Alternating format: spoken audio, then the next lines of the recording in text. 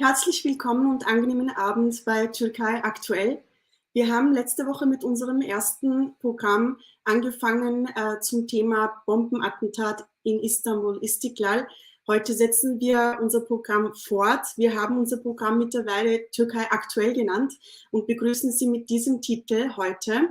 Heute werden wir zum Thema linke Opposition in der Türkei sprechen. Ein Thema, das bei den Interessentinnen für die türkeipolitischen Entwicklungen nicht sehr bekannt ist. Es gibt tatsächlich eine dritte Option, die sich formiert hat.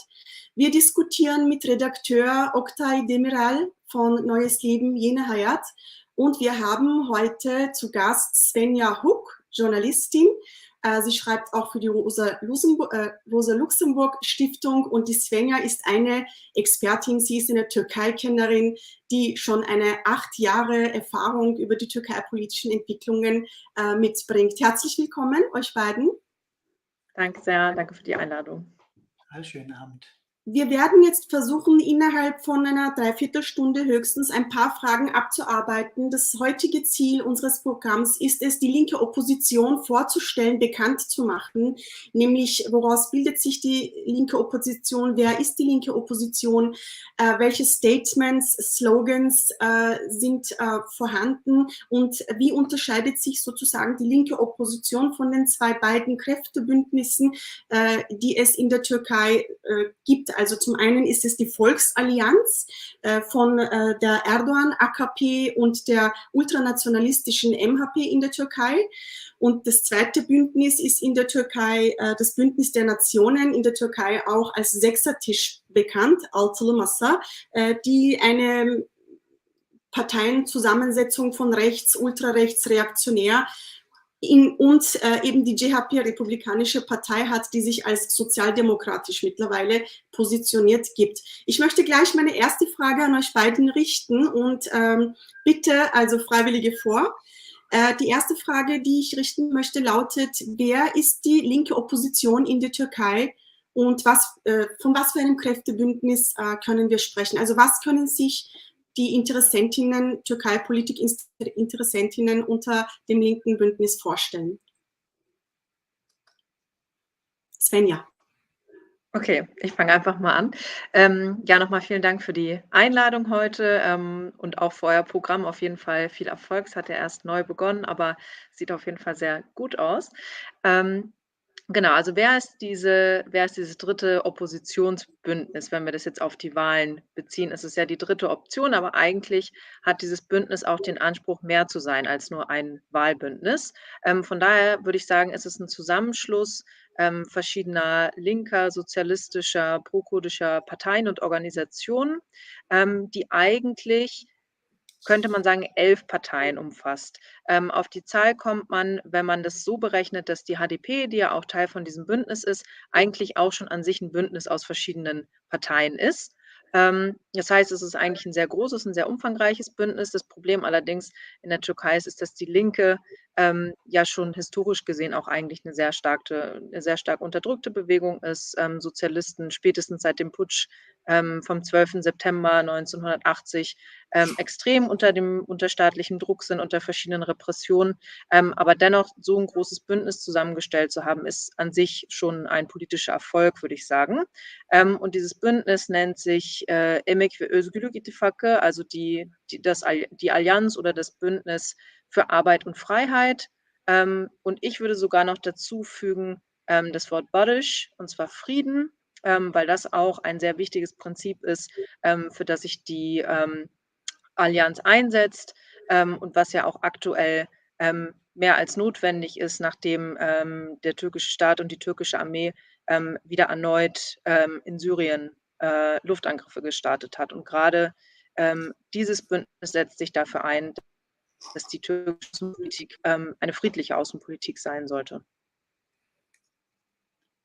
Oktay, kannst du vielleicht eben genau fortsetzen? Ergänzend hat Svenja kurz angesprochen, aber könnte man vielleicht noch anführen, dass dieses Bündnis tatsächlich sich, das hat Svenja gerade auch kurz gesagt, nicht nur als Wahlbündnis versteht, sondern als Aktionsbündnis. Das heißt, in dieser Gruppierung finden sich auch Frauengruppen, finden sich Umweltbewegungen, finden sich verschiedene soziale Strömungen und gesellschaftliche Schichten und Gruppen, die durchaus eine Veränderung in der Türkei wollen, die durchaus Kämpfe führen in verschiedenen Regionen oder aber auch landesweite Aktionen durchführen und dementsprechend dann auch organisiert sind und durchaus das Potenzial tragen, auch eine neue Änderung in die Türkei zu bringen.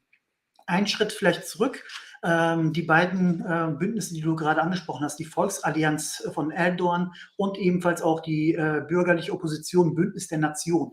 Was sind die und wie setzen die sich vielleicht zusammen, um zu verstehen, warum dieses neue Bündnis für Frieden und Freiheit und Arbeit sozusagen tatsächlich eine politische Opposition ist.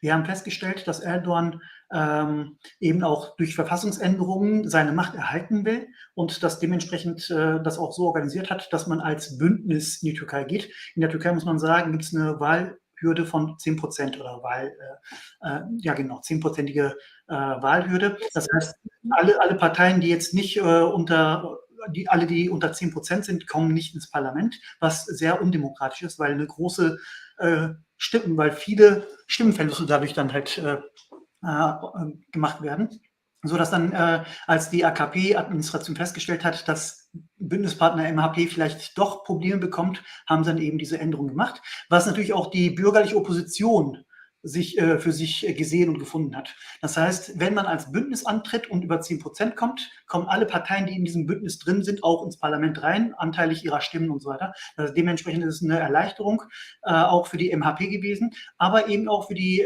bürgerliche Opposition, die sich von Mitte links der kemalistischen CHP bis hin zu ultra auch nationalistischen İYİ-Parti zusammensetzt und dazwischen auch viele Abspaltungen der AKP mittlerweile in sich organisiert hat. Unter anderem auch die Partei des ehemaligen Ministerpräsidenten Davutoğlu oder Ali Babacan, der Finanzminister und so weiter war unter der AKP-Administration und nach verschiedenen Affären dann zurücktreten musste und sich jetzt als Opposition darstellt und eben auch die Zeit der AKP bis zu deren Mitentscheidungsgewalt, das heißt, als sie dann auch mit in der AKP drin waren, als gute Zeiten und alles, was danach kommt, dann auf Erdogan umwälzt. Das heißt, Erdogan ist der Böse, der muss weg, alles andere ist gut. Das heißt, diese Oppositionsgruppe eint eigentlich nur der Anti-Erdoganismus, sage ich das jetzt einfach mal so. Das heißt, Erdogan ist der Böse, der muss weg. Wenn er weg ist, dann wird es dann halt gut laufen. Aber die gehen wenig auf die Gesamtsituation, die gesellschaftliche Situation und auf das System ein. Das heißt, die Probleme, die Erdogan im Lande verursacht hat, sind nicht durch seine Böswilligkeit verursacht, nicht immer natürlich, muss man sagen, einiges ist ja auch von ihm abhängig, aber durchaus systembedingte Probleme, wie zum Beispiel die Inflation, wie zum Beispiel eben innenpolitische Probleme, Arbeitslosigkeit unter den Menschen und so weiter. Und da ist dann genau das, was diese dritte Opposition dann als Kraft und als wirklich wahre Alternative zeigt, denn die fragt oder stellt auch die Systemfrage in der Türkei. Und das ist das, was diese dritte Opposition als Bündnis für Arbeit und Freiheit eben ausmacht. Ich möchte vielleicht an dieser Stelle zur übernächsten Frage überleiten, nämlich da geht es dann anschließend an deine Schilderungen, Oktay, um die Verfassungsnovellierungen vom Bündnis der Nationen, also die bürgerliche Opposition. Die haben ja noch einmal eine 156 Seiten lange Vorschläge, Empfehlungen zur bestehenden also Punkte, die in der bestehenden Verfassung zu novellieren. Und auch diesbezüglich ist es von der kritischen Öffentlichkeit auch zu Einwänden gekommen, nämlich dass man immer bei dieser der Verfassung der Putschistinnen eigentlich seit 1980, dass man hier ständig Restaurationsbemühungen eintritt, sodass auch der Sechsertisch von den Kritikerinnen sozusagen als eine Kräftebündnis dargestellt wird, die wieder hinter einer Art Restauration sind und wir eigentlich keine wirkliche Systemveränderung, so wie du das vorhin gesagt hast, auch ausgehen können. Und sie fokussieren ihre ihre Ressourcen total auf ein Anti-Erdogan-Haltung. Also auch diese Punkte, die Sie bezüglich Verfassungsänderung zum Beispiel angeführt haben, fokussieren, zielen total auf diese Anti-Erdogan-Position ab. Um hier noch einmal die dritte Option, also eben die linke Opposition hervorzuheben. Wodurch hebt sich diese linke Opposition, wenn man sich überlegt, dass diese beiden Bündnisse, die es jetzt gibt, eigentlich zum Beispiel bei der Antikurdinnenhaltung zusammenfinden. Bei der Syrien völkerrechtswidrigen Angriffen auf Rojava und auf Nordirak zum Beispiel, dass sie sich hier immer wieder zusammenfinden bei den roten Linien des nationalistischen Staatsparadigmas sozusagen. Kann man hier noch einmal das linke Bündnis näher definieren, um die Unterschiede noch einmal klarer zu formulieren? Svenja, wie würdest du das sagen, angesichts zum Beispiel auch der minderheitenpolitischen Fragen? Ich glaube, ich würde vielleicht sogar eher anfangen mit der Mehrheitsfrage, anstatt mit der Minderheitenfrage. Und zwar, wenn man sich anguckt, wer ist eigentlich die Mehrheit in der Gesellschaft, dann ist es die arbeitende Bevölkerung, die lohnabhängige Bevölkerung. Und dieses Bündnis sagt, das ist der Teil der Gesellschaft, den wir politisch stärken wollen, dem wir politisches Mitspracherecht geben wollen in jeglicher Hinsicht. Also zum Beispiel wird in dem Programm erwähnt, dass Entlassungen verboten werden sollen, dass gewerkschaftliche Rechte in jeder Hinsicht gestärkt werden sollen, dass es ein Recht auf Generalstreik, auf politische Streiks geben soll, dass Frauen in Arbeit gebracht werden, dass die Beschäftigung an sich ausgeweitet und aufgebaut wird und dass eben auch die Stundenzahl, die man auf die Arbeit geben muss, gesenkt werden soll, dass Arbeitssicherheit hergestellt wird. Und ich glaube, das ist ein ganz, ganz zentraler Punkt von diesem Bündnis, von dieser Allianz, dass sie sagen, wir stehen eigentlich ein für den Großteil der Gesellschaft, für die Mehrheit der Bevölkerung, die aktuell kein politisches Mitspracherecht hat, die vielleicht ab und zu mal ihre Stimmen bei den Wahlen abgeben darf, aber sich ansonsten weder großartig organisieren darf, noch das Recht wirklich auf gewerkschaftliche Organisierung hat, was man ja de facto sehen kann, dass Leute, die sich gewerkschaftlich organisieren, was in der Türkei übrigens in der Verfassung geregelt ist, dass es ein Recht auf gewerkschaftliche Organisierung gibt, dass Leute dennoch immer wieder entlassen werden, dann jahrelang in Gerichtsverfahren dafür streiten müssen und so weiter. Und ich glaube, das ist ein sehr, sehr wichtiger Punkt, den eben genau diese Allianz nach vorne bringt und die auch ganz gezielt das Bündnis suchen mit beispielsweise Gewerkschafterinnen, mit Personen, die sich im Arbeitskampf befinden. Also es gab ja seit Anfang des Jahres, gibt es immer wieder sogenannte wilde Streiks, also Streiks, die außerhalb von den Tarifverhandlungen stattfinden in der Türkei. Man muss sich das dann so vorstellen, dass die entlassenen Personen oder die einfach die Arbeiter, deren Rechte beschnitten werden sollen, dass die vor den Fabrikstoren stehen, dass sie Streikzelte haben, dass sie manchmal auch in der Innenstadt sind. Und eigentlich zu jeder Kundgebung sieht man, dass Personen kommen, die eben diesem Bündnis angehören, von verschiedenen Parteien, von verschiedenen Gruppierungen und da wirklich auch ihre Solidarität zeigen und das immer wieder aufgreifen. Und gerade heute gab es in Istanbul auch ein Treffen, wo ganz explizit werktätige Gewerkschafterinnen, streikende Kolleginnen und Kollegen eingeladen wurden, um sich zusammenzufinden unter eben diesem Dach dieser dritten Allianz und die da ihre politischen Forderungen vorgetragen haben. Und ich glaube, das sieht man bei keinem anderen Bündnis, also auf keinen Fall natürlich bei dem Bündnis der AKP, weil das ja das Bündnis eigentlich derjenigen ist, die eben genau die Arbeiterinnen jeden Tag um ihre Rechte betrügen, aber eben auch nicht in dem Bündnis rund um die kemalistische CHP oder die İYİ-Parti, weil es am Ende einfach auch nur eine andere Kapitalfraktion innerhalb der Türkei ist. Also die haben jetzt auch keine großartigen Interessen daran, dass die Leute zu ihren Rechten kommen. Was man zum Beispiel auch daran sieht, dass in den häufig sehr hochgelobten Stadtverwaltungen, die ja von der CHP beispielsweise regiert werden, da auch immer wieder gewerkschaftliche Rechte angegriffen werden, Leute entlassen werden, weil sie sich gewerkschaftlich organisiert haben oder weil sie für höhere Löhne eingetreten sind. Von daher glaube ich, ist es da auch ganz wichtig, gerade eben bei diesem zweiten Bündnis aufmerksam zu sein und zu sagen, ja, nur weil die irgendwie sich für ein bisschen mehr Demokratie einsetzen wollen, heißt es noch nicht Demokratie im sozialen Sinne oder dass sie für soziale Rechte streiten. Und das ist eben anders bei dem dritten Bündnis, würde ich sagen. Oktay, möchtest du hier gleich anschließen, nämlich die Frage breitestes Völkerbündnis. Was ist damit konkret gemeint? Genau, also es gibt in diesem Bündnis sind verschiedene Parteien und Strömungen drin, die natürlich in ihren Aktivitäten eine Einheit darstellen wollen, aber in ihrer Agitation und Propaganda natürlich dann frei sind. Das heißt, können dementsprechend unterschiedliche Meinungen zu einem Thema haben, aber in der Aktion sind sie eine Einheit oder möchten sie eine Einheit bilden, was ja durchaus das Maximum des Volkes erreichen möchte, nicht nur jetzt begrenzen möchte auf Minderheiten oder auf kleinere Untergruppen, sondern die maximale Volksbewegung voranbringen möchte. Da sind natürlich nicht alle Parteien in diesem Bündnis der gleichen Meinung. Der eine betont das eine, der andere das andere mehr. Aber im Endeffekt ist es halt eine Einheit in der Aktion. Das heißt, dementsprechend können wir dann durchaus sehen, dass Gewerkschaften mit der kurdischen Bewegung, der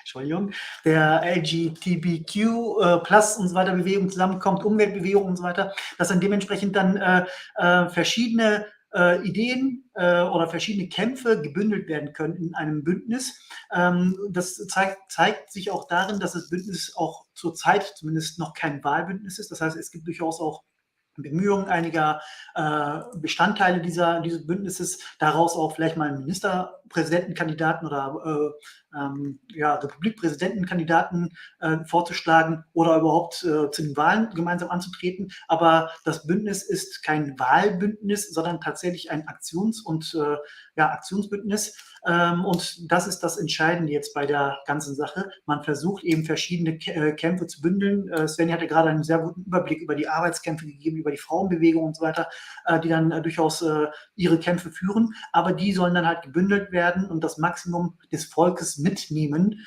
und dementsprechend gegen das System eine Alternative bieten, das nicht nur reduzieren auf AKP oder auf Veränderungen, die vielleicht das bürgerliche Bündnis der Nation eventuell hier und da vorschlägt, ein bisschen Kosmetik zu betreiben, sondern die wollen tatsächlich auch eine gesellschaftliche Veränderung herbeiführen und die Interessen des Volkes, der arbeitenden Bevölkerung, der Frauen und der unterdrückten Minderheiten sozusagen in den Vordergrund rücken. Und genau das ist eben diese Arbeits- und Freiheitsbündnis, dieses Freiheitsbündnis. Also die bürgerliche Opposition spricht ja auch immer wieder von zurück zum Vor-AKP-Zeit, also zurück zum Alten. Und sie sprechen halt von erweitertem Parlamentarismus, erweitertem parlamentarischen System. Gestern hat es von der CHP, also Republikanische Partei, noch einmal einen riesen Kongress gegeben mit Vision für die nächsten 100 Jahre. Und es ist eine Reproduktion eigentlich der Vor-AKP-Zeit, die da versprochen wird. Also Vision ist Kemal Atatürks Republik und Nation und wo der Präsident, so wie das der Erdogan zum Beispiel jetzt verkörpert, nicht so viel Macht hat, sondern wie früher eine Rolle übernimmt sozusagen. Wenn wir das zum Beispiel jetzt vor Augen nehmen, wie sind die Resonanzen für die linke Opposition innerhalb der Türkei-Bevölkerung? Also wie kommt die linke Opposition euren Beobachtungen zufolge bei der Wählerinnenschaft im Vergleich an? Svenja, möchtest du hier gleich? Ich fange mal an. Ja. Ja.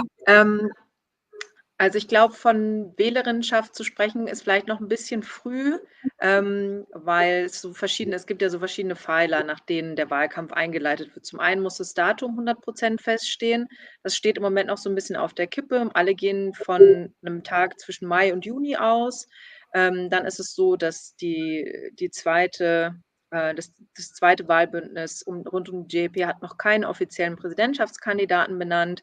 Das dritte Bündnis, über das wir heute sprechen, hat auch keinen Kandidaten benannt oder gesagt, ob sie überhaupt einen benennen. Aber man kann trotzdem natürlich schon ein bisschen gucken, wie reagieren die Leute darauf. In der Türkei sind ja zum Beispiel so Straßenumfragen total beliebt. Aber auch wenn man einfach mal guckt, wie auf der Straße, wenn zum Beispiel Unterstützerinnen oder Mitglieder von diesem dritten Wahlbündnis, wenn sie politische Aktionen auf der Straße machen oder wenn sie Flyer verteilen und so, wie kommt das an? Und mir hat mal jemand erzählt, der ist bei der TİP, also bei der Türkiye İşçi Partisi, Arbeiterpartei der Türkei, eigentlich eine historische Partei, die sich jetzt aber neu gegründet hat und die, würde ich sagen, die zweitgrößte Mitgliedspartei in diesem Bündnis ist, der Flyer verteilt hat und gesagt hat, also die Leute, die sind auf mich zugeströmt, die haben die Flyer von mir abgenommen. Das war in einem Bezirk in Istanbul, wo viele Arbeiterinnen wohnen, wo aber auch viele Lehrerinnen wohnen, also Leute aus dem öffentlichen Sektor, die aber massiv auch betroffen sind von dieser Verarmung, die durch die Inflation stattfindet, aber auch durch Lohnsenkungen und so weiter. Und der hat zum Beispiel erzählt, wir waren in so Geschäften und haben unsere Flyer verteilt, wo es einfach nur erstmal um die Information ging. Was macht dieses Bündnis? Seit wann gibt es das? Was sind unsere politischen Slogans? Und er hat erzählt, einer, der da gearbeitet hat, hat den Flyer genommen und gesagt, ich lege den hier in die Schublade, dann kann mein Kollege, der die Schicht nach mir hat, den auch noch lesen. Also sozusagen dieses Interesse, was es gibt, oder auch der Zustrom zu beispielsweise Parteien wie der TİP. Also das ist schon sehr auffällig, muss ich sagen. Und das, so eine große Dynamik kenne ich aus wenig aktuellen anderen linken Parteien, wenn ich mich jetzt in Europa umgucke. Und da würde ich sagen, gibt es schon Interesse, was allerdings natürlich auch schwierig ist, wenn man so einen großen Zustrom hat, von erstmal interessierten Leuten, die vielleicht wenig politische Vorbildung haben, die zwar viele Forderungen haben und viele Hoffnungen in die Parteien, aber auch nicht genau wissen, wie kann ich mich jetzt am besten engagieren, was kann ich machen, was kann ich einbringen, was bringt mir diese Partei Mitgliedschaft zum Beispiel ganz konkret, dass diese bisher ja eigentlich nicht besonders starken linken Parteien in der Türkei die Leute überhaupt erstmal auffangen müssen. Und ich glaube, das ist aktuell eine sehr große Herausforderung für viele der Organisationen, die Leute aufzufangen.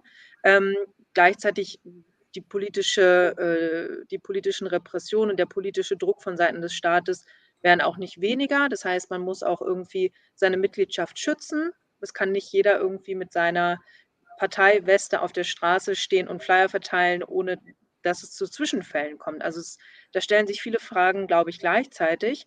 Aber ich würde sagen, das Interesse an anderen linken Parteien, an linken Bewegungen, an einer alternativen Politik zur aktuellen herrschenden Politik ist stark.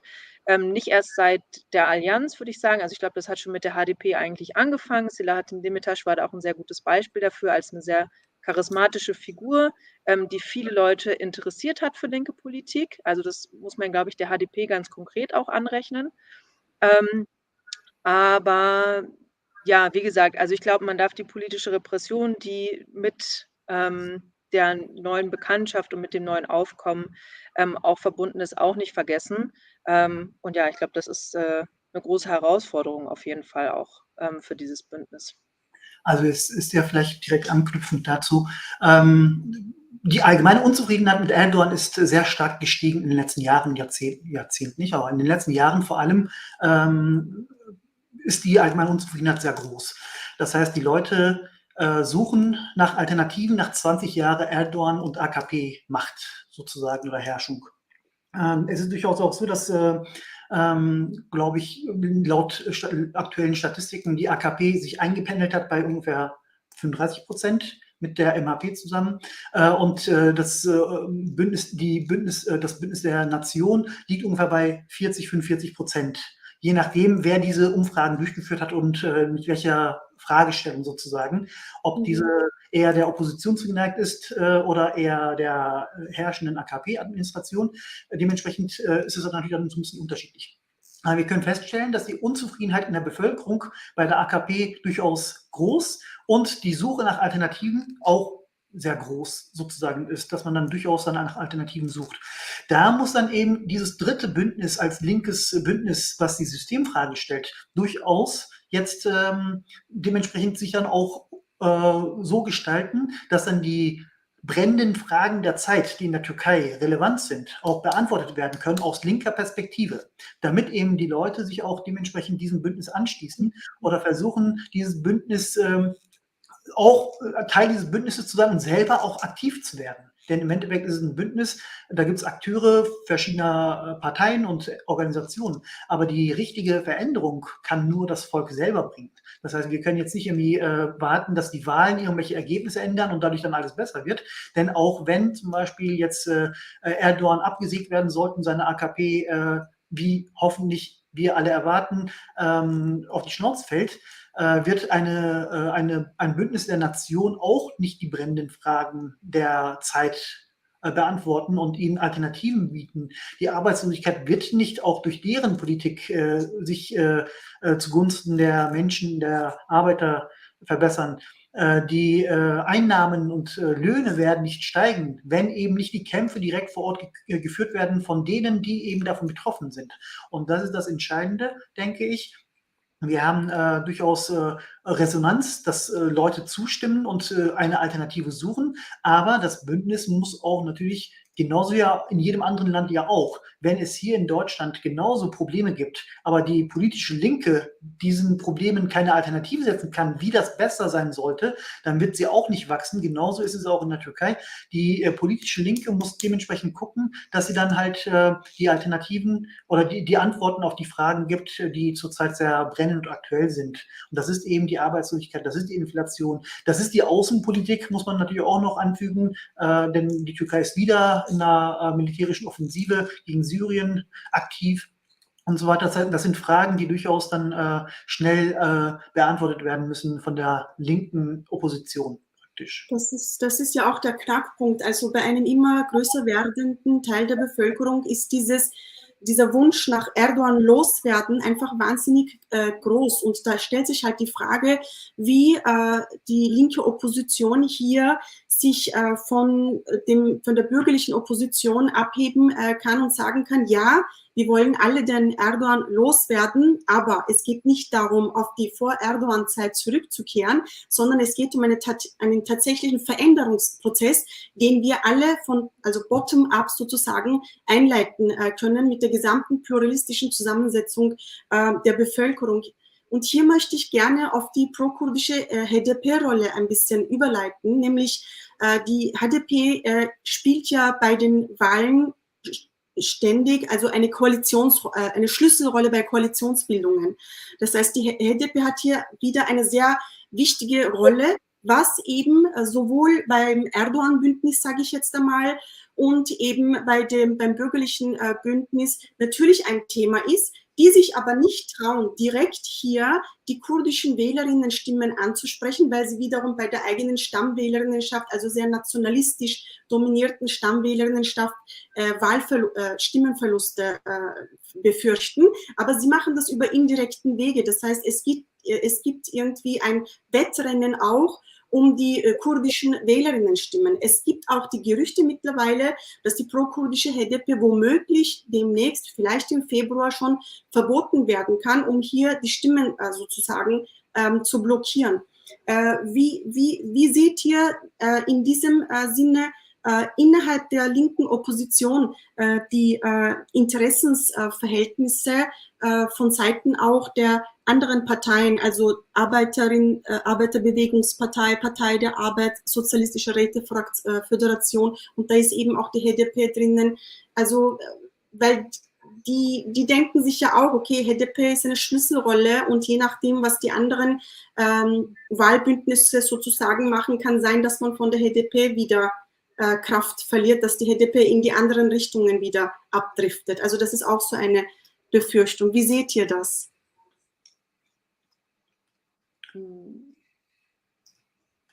Willst du anfangen? Also wenn zum Beispiel jetzt Erdogan einen Schritt macht und zum Beispiel in Richtung Selahattin Demirtas, der ja in Geiselhaft ist, ja, dass der Erdogan irgendeinen Schritt in diese Richtung macht, ob das vielleicht zum Beispiel wieder die Kurdinnen überzeugen könnte, dass die Kurdinnen Richtung AKP sich wieder bewegen. Oder umgekehrt, wenn Kılıçdaroğlu, also von Bündnis der Nationen, hier vielleicht einen Schritt macht, irgendwie Richtung Zentrum mehr sich bewegt, um hier die breiteste Front, unter anderem eben auch die kurdischen Stimmen einzuholen. Also es ist sehr dynamisch, es ist sehr bewegt. Wie sieht das aus Sicht der linken Opposition aus in der Argumentation Richtung Bevölkerung? Ich fange einfach mal an.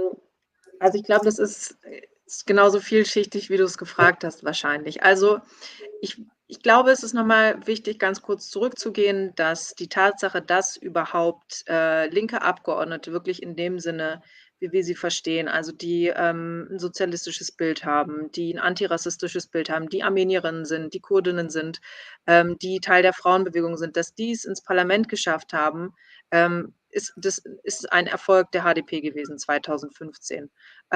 Und auch die Tatsache, dass die AKP-Regierung damals so massiv gegen die kurdische Bevölkerung und gegen ihre politischen Vertreter vorgegangen ist, zeigt ja auch, wie sehr die AKP, sich dadurch unter Druck gesetzt gefühlt hat.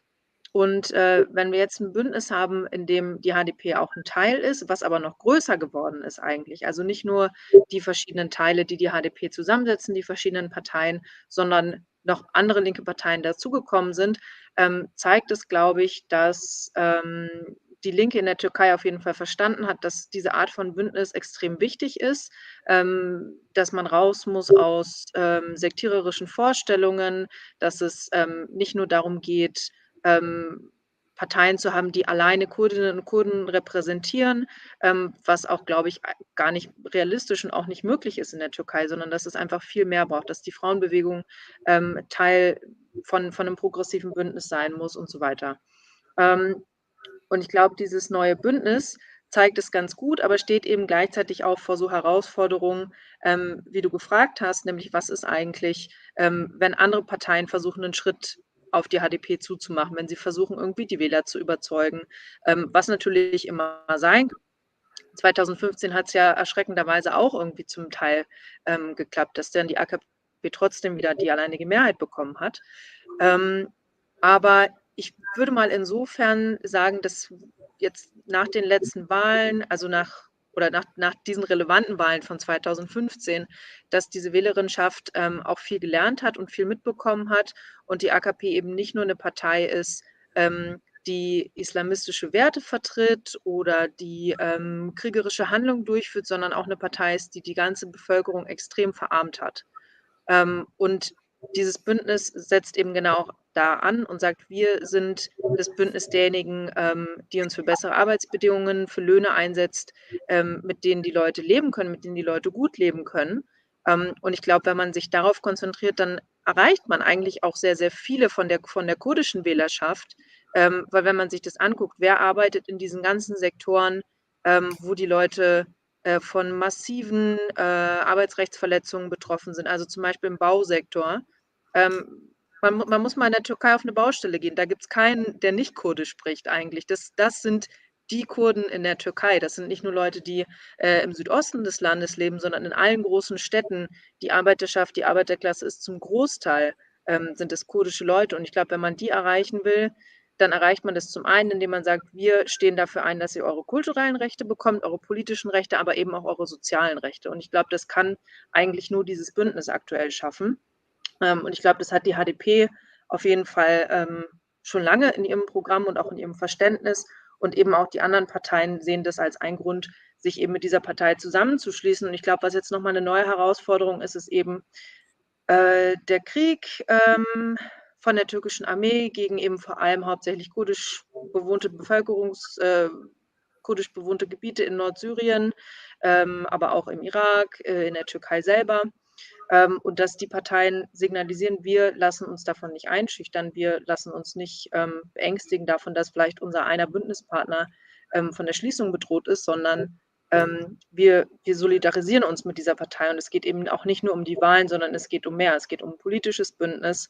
Ähm, und ich glaube, das ist so 'n bisschen der Knackpunkt, an dem sich grad auch zeigen wird, wer sind eben verlässliche Bündnispartner.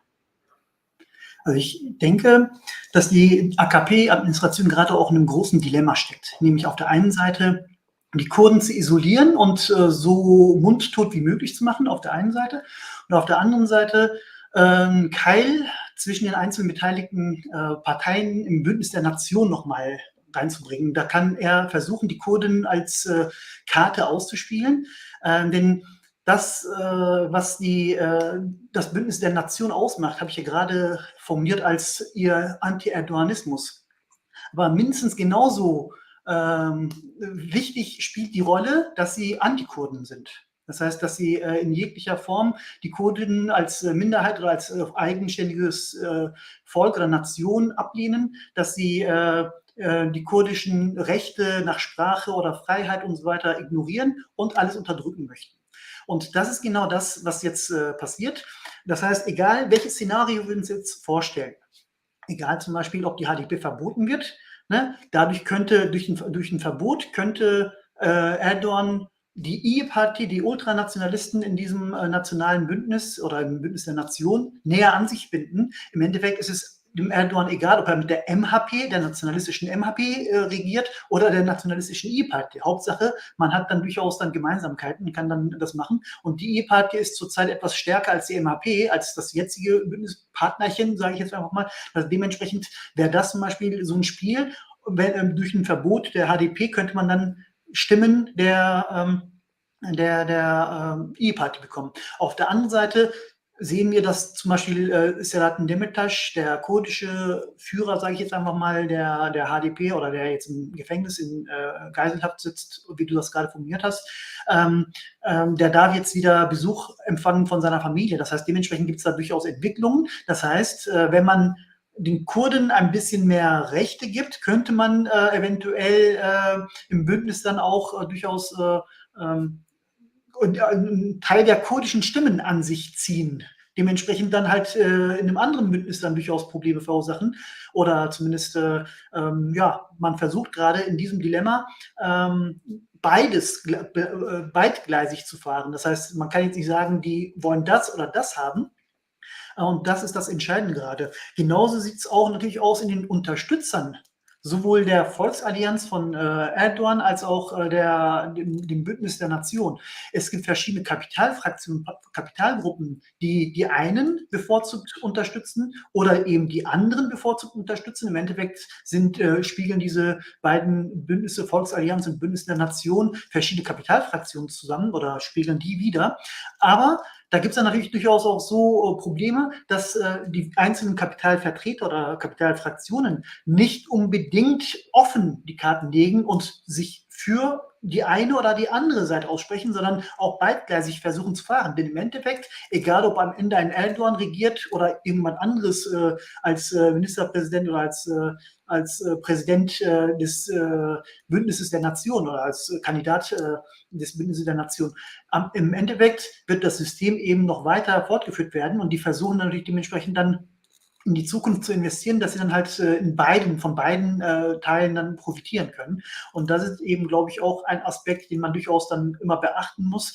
Das heißt, Erdogan oder seine Administration steckt in einem Dilemma. Sie muss gucken, wie sie das Volk und eben auch dementsprechend die Bündnisse, die sich dann geformt haben, parallel oder alternativ zu ihm und seinem Bündnis der Volksallianz, ob da eventuell oder welche Spielchen da getrieben werden können, damit er seine Macht erhalten kann. Und da wird noch einiges auf uns zukommen. Ein Bombenattentat, was jetzt vor einigen Wochen stattgefunden hat, was ja letzte Woche unser Thema war, das war der Auftakt zum Wahlkampf und jetzt versucht er natürlich dann dementsprechend die einzelnen Schritte so präzise und so so gut wie möglich in seinem Interesse dann durchzuführen, damit er dann dementsprechend dann auch sich gut auf die Wahlen irgendwann mal im Frühsommer dann vorbereiten kann.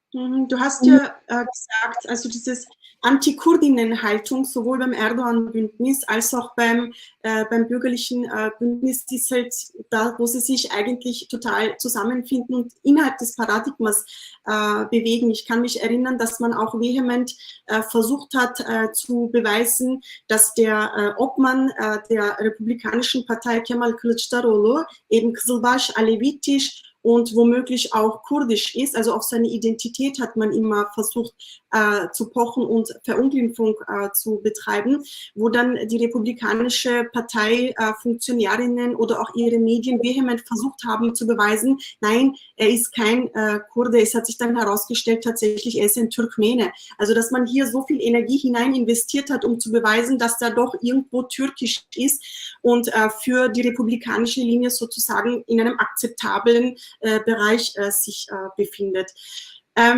Da möchte ich vielleicht, Svenja, abschließend noch einmal dir das Wort geben. Also wir können feststellen, dass gerade diese identitätspolitischen Richtung Hetze und Richtung Spaltung innerhalb dieser ganzen Entwicklungen nach wie vor ziemlich viel Kraft haben wird.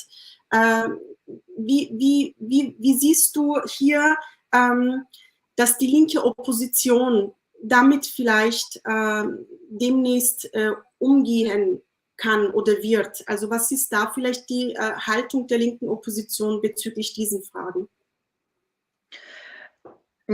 Also ich glaube, die Frage nach dem Ausnutzen von gesellschaftlicher Spaltung, aber auch von Rassismus ist ein Thema, was natürlich in der Türkei sehr wichtig ist. Und wir hatten es in einigen Punkten schon angesprochen, aber ich glaube, ein Thema, was hier auch noch gar nicht zu Wort gekommen ist, aber was extrem wichtig ist, ist die Frage der Geflüchteten in der Türkei, Migration. Also in der Türkei sind über 5 Millionen Personen, die ihr Land verlassen mussten, viele Menschen aus Syrien, aber jetzt auch aus Afghanistan, aus anderen zentralasiatischen Ländern, Iranerinnen und Iraner zum großen Teil. Und die leben alle in der Türkei und vielleicht wissen es einige, aber manchmal ist es doch noch unbekannt, dass es in der Türkei keinen Flüchtlingsstatus gibt offiziell. Und das liegt daran, dass die Türkei damals nach dem Zweiten Weltkrieg so einen Flüchtlingsstatus geschaffen hat, der eigentlich nur Leute, die aus Europa in die Türkei flüchten, fasst. Also das heißt offiziell, wer weiß, wie viele Leute aus Europa sich entschieden haben, in die Türkei zu flüchten, vielleicht 10, vielleicht sind es 20, haben vielleicht diesen Status, aber alle anderen Personen haben nur so eine Art vorübergehenden Schutz. Das heißt, sie haben so gut wie keine Rechte, sie haben so gut wie keinen Anspruch irgendwie auf sozialstaatliche Leistungen. Und wenn, dann ist das alles so ein intransparentes System und auch einfach ein System in dem Land, was so viele Leute eigentlich gar nicht vernünftig auffangen kann, weil die Türkei sich irgendwie durchlaviert. Zum einen kriegen sie Geld von der UN, aus Europa und so weiter, aber die Türkei ist auch massiv korrupt. Also wer weiß, wo dieses ganze Geld immer so hingeht. Und wenn man sich das Leben der Geflüchteten wirklich dort vor Ort anguckt, dann ist das wirklich das allerunterste Ende der Gesellschaft. Also wie gesagt, kaum soziale Rechte, viel Kinderarbeit, schlechte Wohnverhältnisse. Teilweise wohnen Afghanen und Afghanen, die in Istanbul wohnen, zu Preisen. Die zahlen das Zehnfache von türkischen Leuten und wohnen trotzdem zu 10 in einem Raum. Und ich glaube, dass dieses Problem bisher noch so wenig von der Linken eigentlich aufgegriffen wird, auch ein bisschen aus Angst, Wählerinnen und Wähler verprellen zu können dadurch, ist, glaube ich, auch ein Problem, weil realistisch sind die Herausforderungen nun mal da. Realistisch muss man sich mit dieser Frage auseinandersetzen, weil die Leute werden zum Großteil wahrscheinlich nicht zurückgehen nach Syrien oder nach Afghanistan. Zum einen, weil es in der Türkei am Ende nun mal doch sicherer ist und zum anderen auch, weil es einfach Menschen sind, die sich da einen Alltag eingerichtet haben und die dann ein Leben haben, deren Kinder in der Türkei geboren sind. Und ich glaube, das ist noch so ein bisschen ein Manko, gerade von dem dritten Wahlbündnis, sich auch zu diesen Fragen nicht ganz konkret zu äußern. Einige einzelne Parteien machen das, zum Beispiel MHP in der Türkei ist da auch sehr aktiv, hat auch Kontakt, gerade in Bezirken wie Esenyurt zum Beispiel, wo es viele Geflüchtete gibt, aber eben andere Parteien, unter anderem auch die HDP, äußern sich nicht so dazu, aber in den Umfragen sieht man eben auch, dass ein großer Teil der Wählerinschaft auch ja, rassistisch eingestellt ist, rassistische Ressentiments hat gegen Geflüchtete. Aber ich glaube, das ist nochmal ein wichtiges Thema, was auf jeden Fall angegangen werden muss und auch ein Thema, was eben nochmal zeigt, dass die Türkei kein Land ist, was an sich, also was für sich existiert, sondern was eingebunden ist und was auch von Europa ganz stark ausgenutzt wird. Eben genau für diese Frage wird ja mal gesagt, dass in dem EU-Flüchtlingsdeal die Türkei so als Gatekeeper, oder sagt man Gatekeeper, weiß nicht, auf jeden Fall als die Institution, die die Geflüchteten abhalten soll, nach Europa zu kommen. Und das ist dann auch eine Verantwortung von all denjenigen, die politisch in Europa aktiv sind, dass dieser Deal aufgebrochen werden muss, dass Leute sich selber entscheiden können, wo sie leben wollen, wo es sicher für sie ist und dass überall sichere Verhältnisse geschaffen werden für die Menschen. Und ja, den Spielball spielen sich gerade diese zwei ersten großen Allianzen immer so ein bisschen zu. Wer ist rassistischer, wer kann mehr Abschiebungen durchführen? Und gerade die CHP, gerade die İYİ und all diejenigen, die sie unterstützen, brüsten sich damit, dass sie sofort die Leute abschieben, sobald sie an die Macht kommen. Und ich glaube, das darf man nicht vergessen, weil da geht es um 5 Millionen Menschen, die da auf dem Spiel stehen. Also das ist mehr als ganz Berlin, mehr als alle Leute, die in Berlin wohnen, die vielleicht von heute auf morgen abgeschoben werden könnten. oder zumindest sämtlicher sozialer Rechte beraubt werden könnten. Und das ist auch nochmal sehr wichtig, das im Hinterkopf zu behalten, dass es eine sehr große gesellschaftliche Gruppe ist, die gerade so ein bisschen außen vor gelassen wird, leider eben auch von der Linken. Liebe Svenja, du hast einen ganz, ganz wichtigen Punkt angesprochen, die unter anderem auch ein nächster Themenschwerpunkt in unserem Türkei-Aktuell-Programm sozusagen sein wird. Herzlichen Dank auch dafür. Ich glaube, es sind sogar mehr als 5 Millionen, bis zu 10 Millionen Flüchtlingen und mehr wird in der Türkei eigentlich geredet. Ich möchte mich ganz herzlich bei euch beiden bedanken. Vielen lieben Dank, Svenja, dass du heute bei uns gewesen bist und deine Expertise mit uns geteilt hast, die sehr spannend und interessant war. Hier auch noch einmal von deiner Perspektive, die auch ständig eigentlich in der Türkei ist und direkt auch in Kontakt mit den Menschen und auch direkte Beobachtung sozusagen mit eingeflossen ist in deine Schilderungen. Vielen herzlichen Dank dafür. Ein herzliches Dankeschön auch an die ganzen Zuhörerinnen, Zuschauerinnen. Bitte vergesst nicht, unsere YouTube-Channel-Kanäle zu abonnieren. Wir werden in regelmäßigen Abständen alle hier in Türkei aktuell mit unterschiedlichen Themenschwerpunkten zur Türkei, geopolitischen, geostrategischen Angelegenheiten zur Region und auch EU Einflüsse und Wirkungen, gegenseitige Einwirkungen diskutieren. Oktay, Dankeschön. Svenja, vielen herzlichen Dank. Schönen Abend.